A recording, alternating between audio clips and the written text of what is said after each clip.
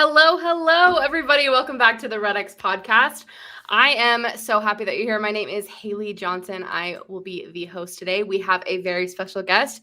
You may have seen his face before. He's been on a couple times, Brendan Bartic. Welcome, Brendan. Yeah, thanks, Haley. I'm really excited. Thanks for having me again. Yes, of course. We love having you. You always bring a lot of great value. So I'm excited for this next half hour to talk about some really cool things. Actually, the topic today that me and Brendan just talked about that we're going to be diving into is the 3 strategies to double your income in 2022 without selling more houses. So, I mean, who doesn't want to hear about that, right? Yeah, I mean that's a bold statement, right? But Haley, one of the things that, as we finish out this year, everyone's trying to do is create their business plan for 2022. Yeah. And in creating that business plan, one of the, I coach agents across the country. I have a real estate team here in Denver that, is a very successful team. And when we're talking about this, some people are setting their numbers and they're going, okay, if I want to make more money, I just have to sell more houses, right? Like this plus this equals this. And that is true, that will help. But what I want to talk about today is, as you're figuring out your 2022 business plan, is saying, okay, I want to sell X number of homes in 2022, or my team or my organization wants to sell X number of homes. Well, in completing that plan, you have to basically understand a few numbers. Number one number that I think people are completely missing is, first of all, how many appointments do you have to go on to close X amount of deals? And some people are going to be like, duh, I know that. But here's the one that I don't think a lot of people know. How many leads do I need for myself as an individual agent or per agent on my team for me to convert one appointment held? So, or how many leads do I need per myself or team for me to close one deal? So if you're looking at those ratios, you start saying, okay, I want to close, let's make it easy numbers, 10 deals. And again, I hope everyone wants to do it well more than that. Let's make it better. Everyone wants to close 100 deals, right? So you want to close 100 deals in 2022. Well, you would have to look at it, and the way to figure out an easy number is going, how many people or leads did I receive in 2021?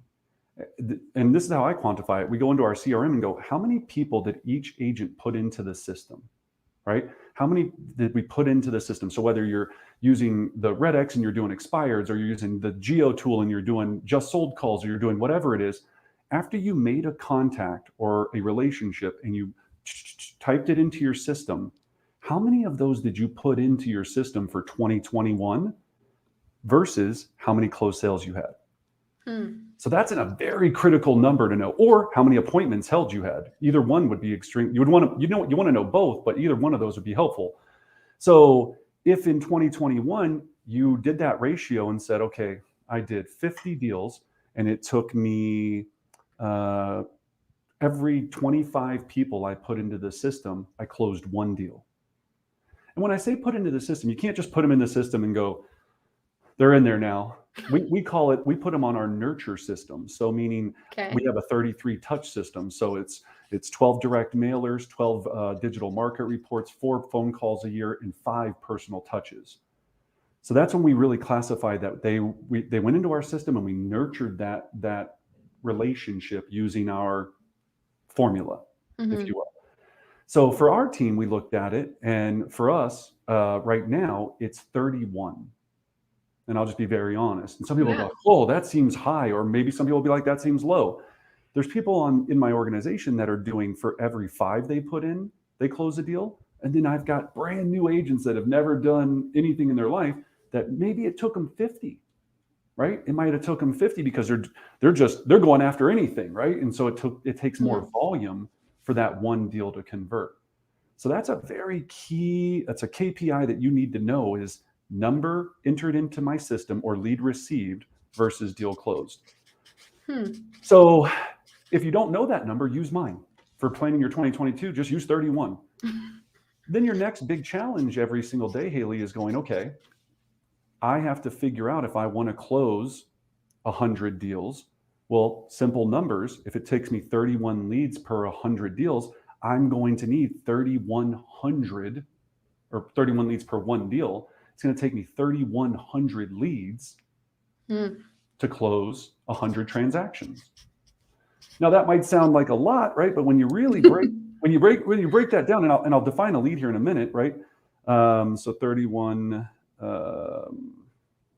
yeah. So when we're looking at that, dividing that by 12, that's 258 leads a month.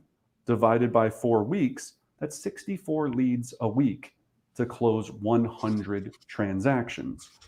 Now, depending how many people are on your team, or if it's just you go, boy, 64 people a week. All right, divided by 5 days, I have to have 12 people a day for me to close 100 transactions. Now, to think about that, that might even sound like a lot, but I know that number to be pretty accurate in a non-nurturing database mode. Remember when I said some of my agents are doing as low as 5? Yeah. If all of your business is by referral, your number is going to be a lot lower than 31, right? A lot lower than 31. I'm saying because I have a large team, lots of leads coming in from different sources, and new agents versus experienced agents, that's my number. So I hope for everyone out there listening, that makes a big difference, right? So you should be able to figure out your number, right? And if you don't know your number, use mine to be safe, or use 25 and see what happens after 6 months. And you can go back and be like, hey, actually, I'm a 20, not a 25, or maybe I'm a 35. I just want to establish that because this is a big piece of the formula. Haley, all real estate is just a formula, right? And once you really understand that, it's a formula of how can I build deep relationships with amazing clients and do it in volume. It's all about relationships. It's all about relationships. And then it's all about structuring how to make people feel special in that relationship. You can't do that without a powerful system. Your CRM has to be set up correctly. REDX helps you with this quite a bit, and just formulating your follow-up and touch plan, right? We just got to, Haley, people always laugh, and I'm going to tell this, and people always laugh when I explain this. I go, look, all real estate is you're trying to get into relationships with people. So Haley, if I asked you, how do you get into, like, you just started dating someone, how do you make sure that relationship grows? What do you have to do with that person? Put in the time and effort. Put in the time. Okay, so when you put in the time, what are you doing? You're give me an example, like going on dates, talking to them, giving them gifts, shoot them a text, just say, hey, I was just thinking about you, smiley face emoji, right? Whatever, right? So why is it different with our clients? It's not, right? All you have one job as a real estate professional: make people feel special. If you really think about it, once you make people feel special and you do this consistently, if I only made my wife feel special once a year and I just got her a birthday card, would I be married very long? Yikes. Probably not, right? So I have to have like 100 million touch program for my wife to make sure that every year we get to stay in this relationship, right? But with a real estate business, all I'm trying to do is have this touch program. And people laugh about it. I go, so you're trying to get into a relationship with someone, and then you're dating. Then you're trying to get to a real estate marriage, which is doing a transaction, right? So you're trying to get you're touching, you're getting to this. Then you get married, and then you get to have a transaction. And then you're just trying to have little referral babies just keep coming out forever and forever and forever. And I know. I just try to make it fun, but right, we call them, and people hate this even more, we call them money babies, right? You're just trying to have money babies just come out of this relationship with this person forever and ever. So it's a funny way to think about it, but it really is true, right? So if you know your numbers and you know how many relationships you need to have, well, first of all, you need to know how many leads you need to have so you can figure out how many relationships you can get into. Then the rest becomes pretty simple. Then it's just, okay, where am I going to get my leads from? And when I quantify a lead, leads are very simple. Either you're going to generate that lead yourself, right? So outbound prospecting. And we have our top 7 expireds for sell-by owners, absentee owners, the NED list, notice of elective demand, meaning people that are 60, 90 days past due on their mortgage, then just listed, just solds, right? So when you're circle prospecting, hey, we just listed the house at 123 Elm Street, blah, blah, blah, blah. Center of influence and past clients. So that's my top 7 that I think about every single day as I'm, going through my lead generation practices. And the reason they're in that order is because expireds are the number 1 most potent lead that you want, right? You want a seller lead. You don't want to be spending a lot of time focusing on buyer leads because you can't market a buyer. People always laugh. I say, Haley, if I was working with you, I can't make you wear a t-shirt that says the Bartic Group and walk around and be my, but I can put a sign in front of somebody's yard, right? And that's marketing. So there's a lot of benefits to listing-based system, right? You have to have a listing-based business and doing that. So 80% of my day, if not 90%, is focused on finding sellers that want to work with me, and then dealing with buyers and working with buyers to help facilitate purchasing those properties. Not dealing with, but getting the pleasure of working with them. Yes. So if we're really taking this understanding of lead, what is a lead? So that's a form of lead. You can either go get them, you can buy them, right? So if I go to XYZ website that sells real estate leads, I might be paying anywhere from $50 to $250 per lead, meaning they send me somebody that's looking to buy a house from XYZ website.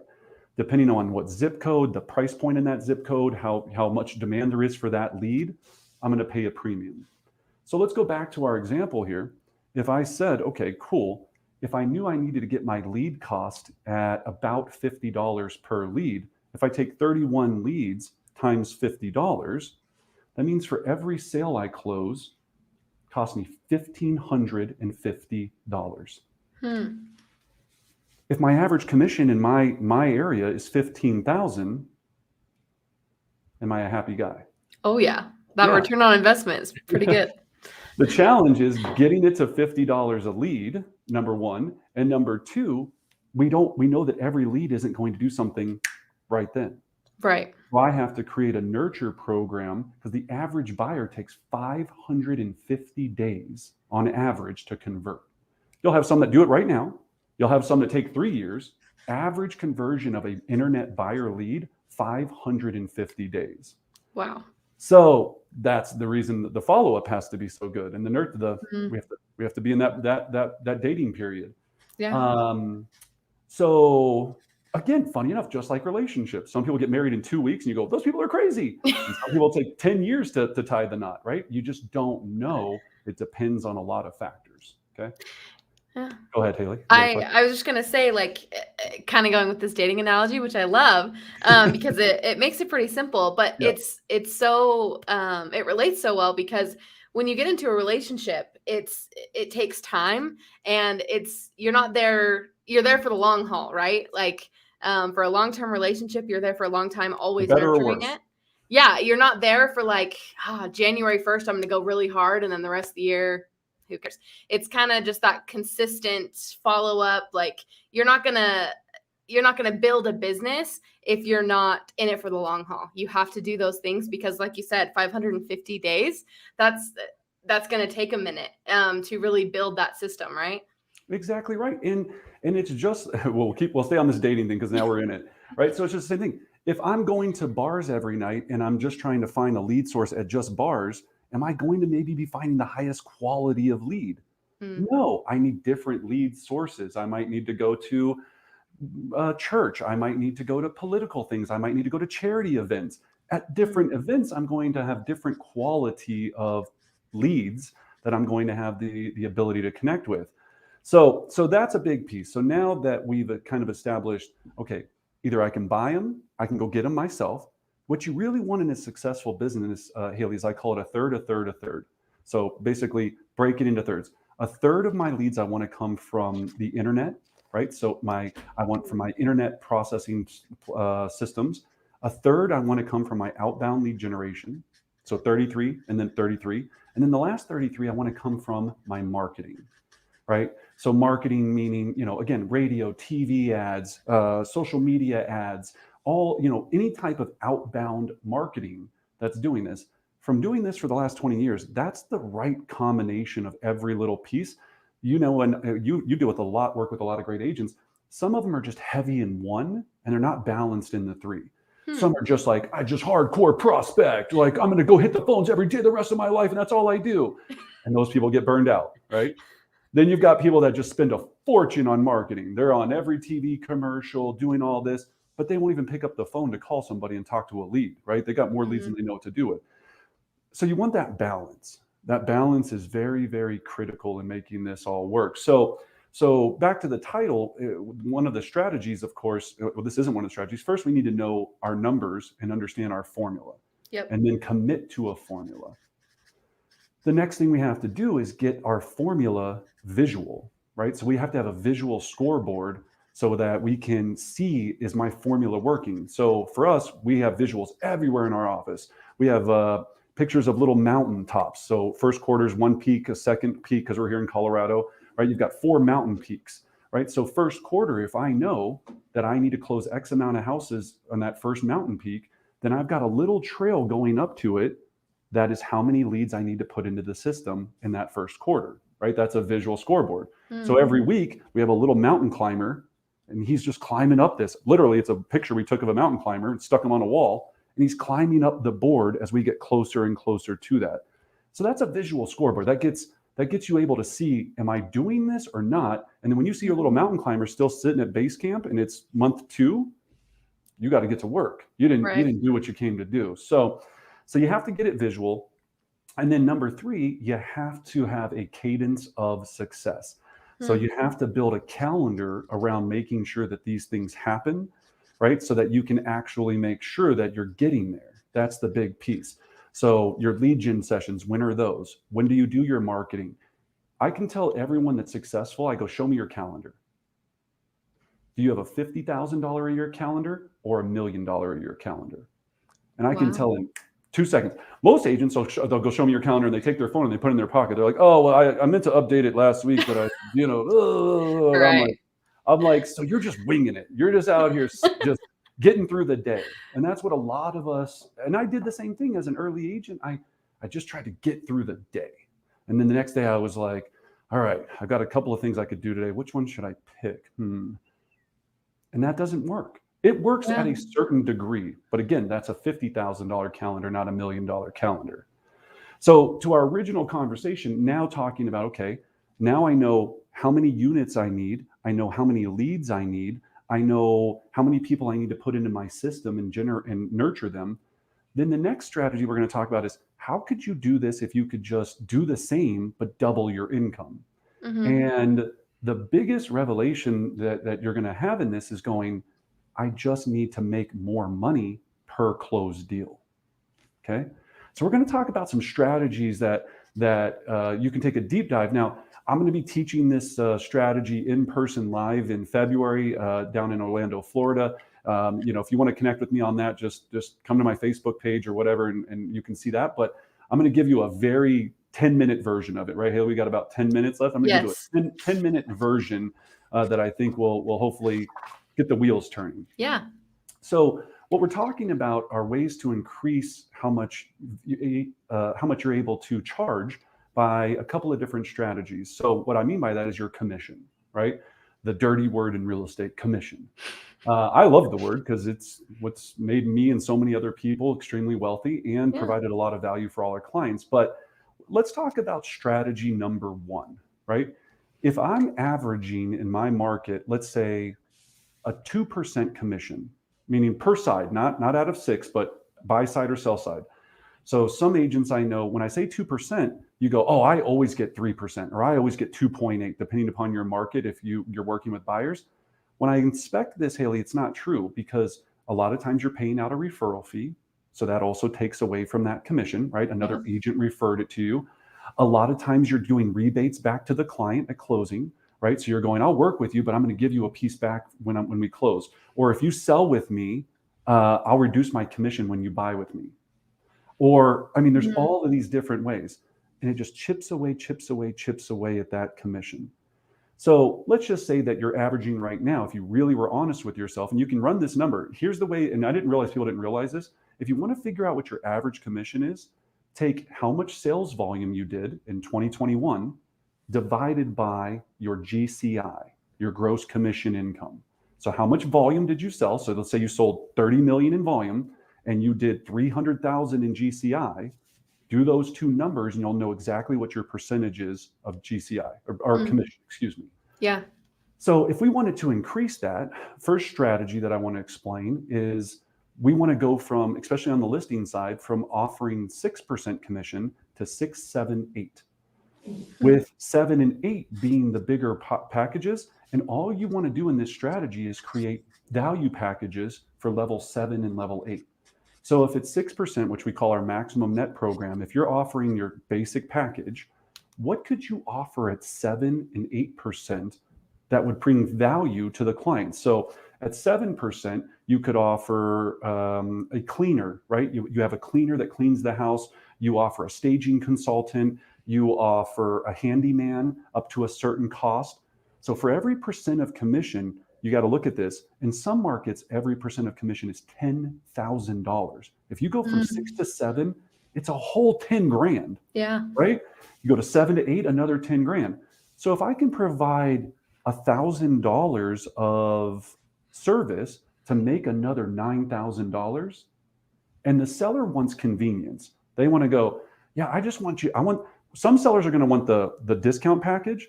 Some are going to want the medium package, and some want the platinum package. That's human nature. Yeah. I'm a platinum package kind of guy. If you come in and go, look, I don't have to do anything, and you do everything, and I pay a little bit more, I'm like, high five, knock yourself out, because I'm out. I don't want to deal with it. I have plenty of friends though who are the I want every penny accounted for and want to do it the discount way. So you know this, and you're just going. That's why 6% is the lowest you ever go. So 6, 7, 8, depending upon what value we increase into that. That's the number one. That's the number one strategy. Number two strategy, and this one is going to be controversial, Haley. Ooh. Yeah, very controversial. As a listing agent, when you go to meet with the client, you don't offer a buyer side commission. Let me explain, right? Yeah. So you don't offer a buyer side commission. So I go to my seller and I go, look, my services are 3, 4, and 5% when I do A, B, C, or D. Now, in the market area, a lot of other agents offer an additional commission to attract buyers.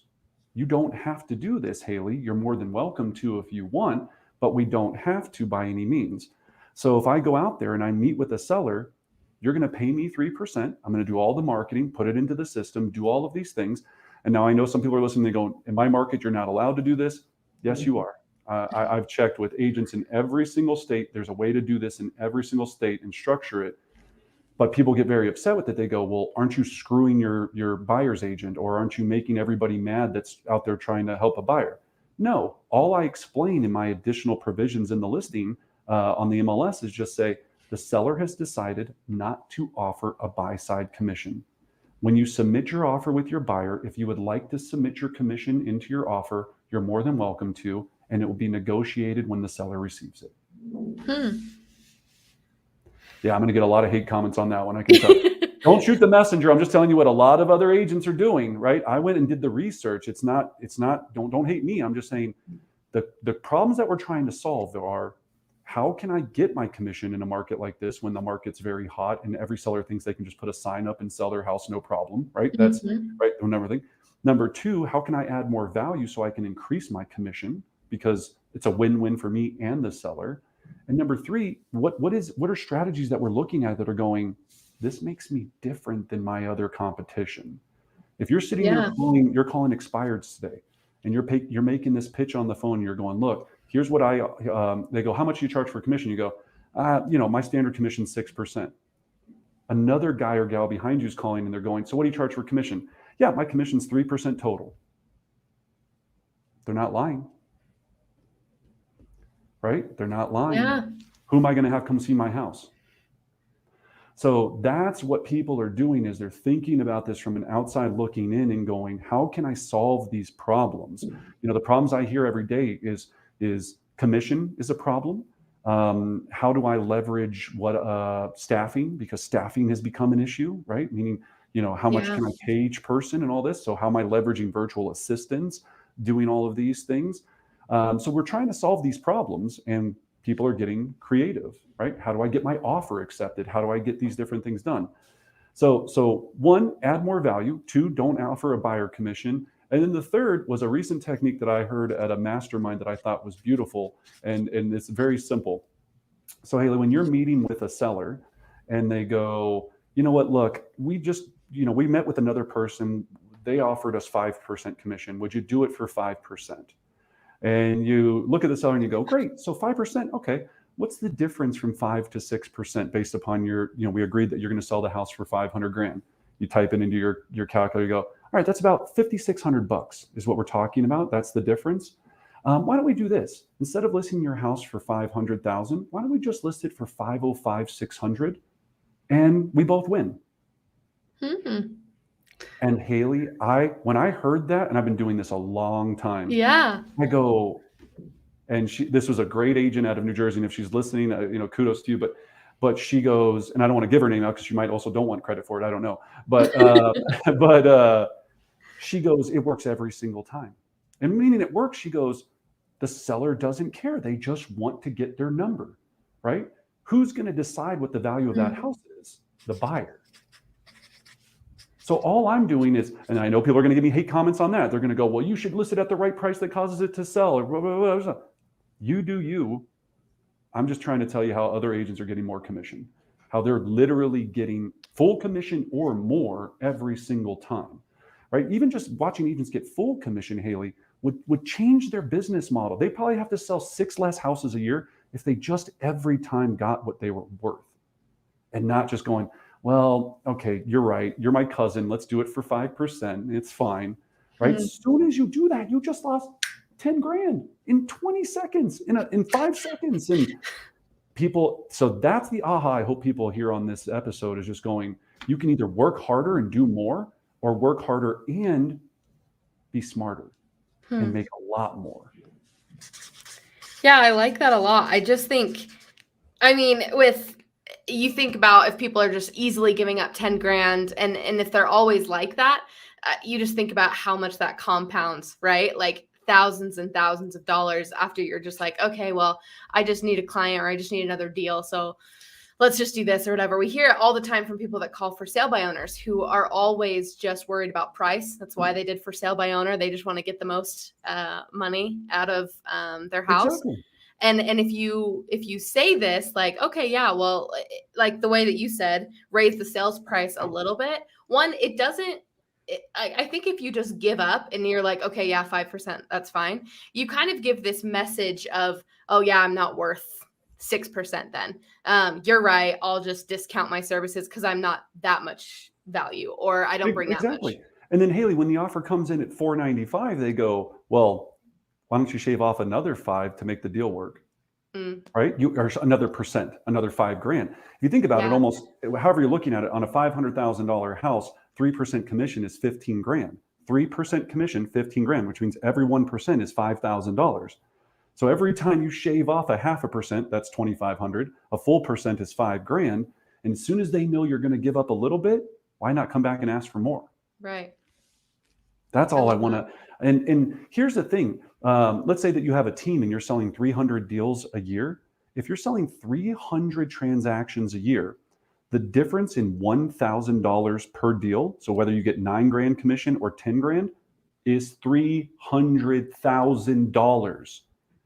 Wouldn't you like to have $300,000 more by just getting what you're supposed to because of your value? Now, if you don't offer squat and you're a terrible agent and you don't do anything to help your sellers, then give up your commission all day long. You should, because you're not going to get much business, right? Yeah. But if you're going to give value and be awesome and do all these great things to help people get what they really want. And in this market, not only do they want to sell the house, they want to sell it for the highest amount possible. And you go, look, with my strategies and my systems, I can deliver on that. And here's some options on how we get there. I love it. It's perfect. Number one, just go over this one more time. One, add more value. I love this one because if you give packages, at least what we've learned in marketing is a lot of people are just going to go for the middle one, right? Yeah. So 7%, 7%, 6, 7, 8, they're going to nail that 7. Exactly, which is better than 6%. And like you said, over time compounds. And number 2, don't offer buyer side commission. Number 3, just raise the sales price to account for that commission, I think. Exactly. Yeah. And just the practicing that on role play, that script is just, you got to be really nailing it and just go, fine, why don't we just do this? Boop, boop, boop. Okay. Yeah. But Offer solutions. Yeah. What can they say? They go, oh, what? Yeah, I think it's pretty funny. So yeah, I hope that helped, and just get your numbers right. And then think about not only how to sell more and smarter. I love it. Work smarter. It's perfect. We do have some people saying, Kim says, I need to watch this again. Reagan's loving all these tips. This has been awesome. A really jam-packed 30 minutes of how to really maximize your commissions and to make more money without working a whole lot harder, right? And having to do so much more. It's just adding more from the deals that you're already doing. That's it. I love it. Brendan, thank you so much for taking the time to come on here. I do want to give you the last word for any other final advice. We're almost to 2022, which is kind of crazy. The year's gone by really fast. And so people are looking forward to hopefully hitting the ground running with some of these tips, and will have their best year in real estate is, of course, always the hope. That's why I love hosting this podcast, because people come on here wanting to become better and better their business and take tips that are going to help them. So why don't you give the last word and we'll sign off here. Well, I always think about the Abraham Lincoln quote, right? If I had 8 hours to chop down a tree, I'd spend 6 hours sharpening my axe. Haley, what people don't understand is you have to execute your strategy first, meaning sharpen your axe, get your plan really, really right, and then go attack, right? I see people out there attacking a tree with a baseball bat, right? They're just bouncing it off again. Take the next 2 weeks, every hour that you have that you're not doing business, in the business on, and create your 2022 strategy. Get your scoreboards, get your visuals, get your everything sharpened up. So when that little bell hits and goes, it's January 1st, you go, all I have to do is boom, boom, boom, boom, boom, boom, boom. And when I do that, I get X, right? That's it. So just sharpen your axe. I see so many people out there just hitting that tree with a baseball bat over and over again. And I just go, just stop and put some thought into the front side first, then go execute. I love it. That was perfect. Well, thank you so much for everyone that's watching. Thank you for tuning in and chatting in and everything. If you're not already subscribed, please subscribe to our YouTube channel. You can always sign up for updates of our podcast on theredx.com/podcast. If you want to get a hold of Brendan, where's the best place they can go? Yeah, so the barticgroup.com is our real estate website. If you're wanting to join our organization or anything like that. We also have a coaching company, which is Brendan Bartic Real Estate Coaching. So we have a private Facebook group where we have a ton of cool stuff that we release in there. So Brendan Bartic Real Estate Coaching. Either of those would work, or just info@brendanbartic.com. Perfect. Awesome. Thank you so much. And we will see everybody next Thursday. Thanks.